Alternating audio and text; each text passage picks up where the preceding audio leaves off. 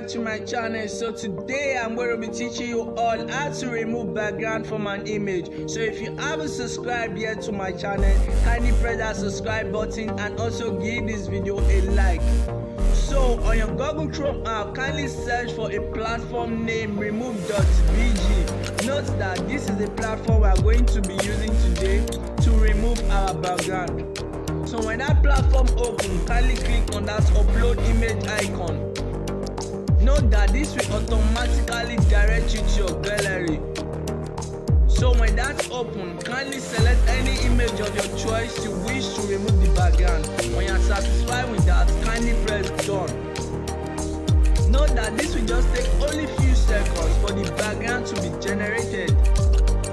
So when you're done with that, kindly press the download button so you can get your image immediately saved to your phone. Thank you for watching and meet you next time.